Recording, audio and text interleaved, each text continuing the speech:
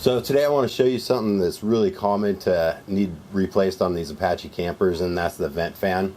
Now, the original vent fans are several decades old, and a lot of times the covers would fly off when you're driving down the road, and those covers are pretty much impossible to find. Or say the motor quit working or whatever else happened in the last 30 years, you know. So this is a pretty common replacement, and everybody likes the Ventline Van Air fans because they fit perfectly in the hole. You don't have to cut the camper at all. You don't have to do any major modifications. The only like drilling or anything like that is when we put the screws for the bezel into the ceiling panel. So we literally just screwed into the panel, and that's the only major modification here. So what's holding the fan on is a bead of this OSI quad. And what I did was I cleaned the top of the camper where the hole's at very well with isopropyl alcohol.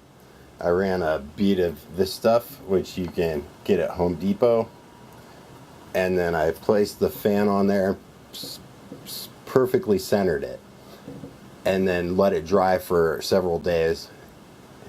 And that has held for several thousand miles. Now keep in mind that the original fans were held on there by like butyl tape or double-sided sticky tape, and they stayed on just fine, so you really don't need to screw the fan on. I mean, you can if you want, it's your camper, but you don't have to.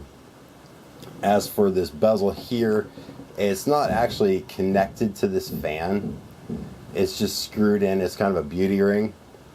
So it just screws onto this interior panel. Now some of the campers I know don't have the insulation in the interior panels, and you're just going to have to customize it for your camper. I've heard of people needing to extend the bezel with PVC pipe, which seems really weird to me, but it sounds like a pretty common thing, so there's got to be a reason why. Now, before you install this bezel, you want to make sure that the fan's in the correct location. If your ceiling is drooping and the roof is sagged from, you know, the last several decades of having like an 8-pound fan up there, you want to take care of that first. And I'll explain more when I show you the outside, but that's pretty important. Now, one thing about this fan that I don't like is how loud it was. Originally it just had an on-off button there, and as you can hear, it's pretty loud, right? And so I wanted to put multiple speeds, maybe a lower setting. So I put a resistor in line with a 2-speed switch. This is a switch for a lamp, like one of those torch lamps. So I've got a low, and then the high, and off. So that way, you know, I don't have to listen to that fan if I don't want to. Another great option is this. This is just a dimmer for like a bedroom light.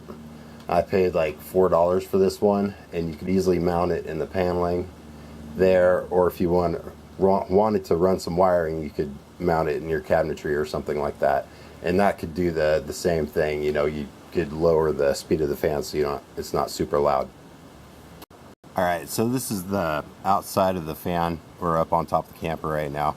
As you can see, we've actually painted the fan. When you originally get it, it's smoke colored. It's kind of like, you know, black. And so we spray painted it to kind of match the coloring of the camper and blend in a little bit.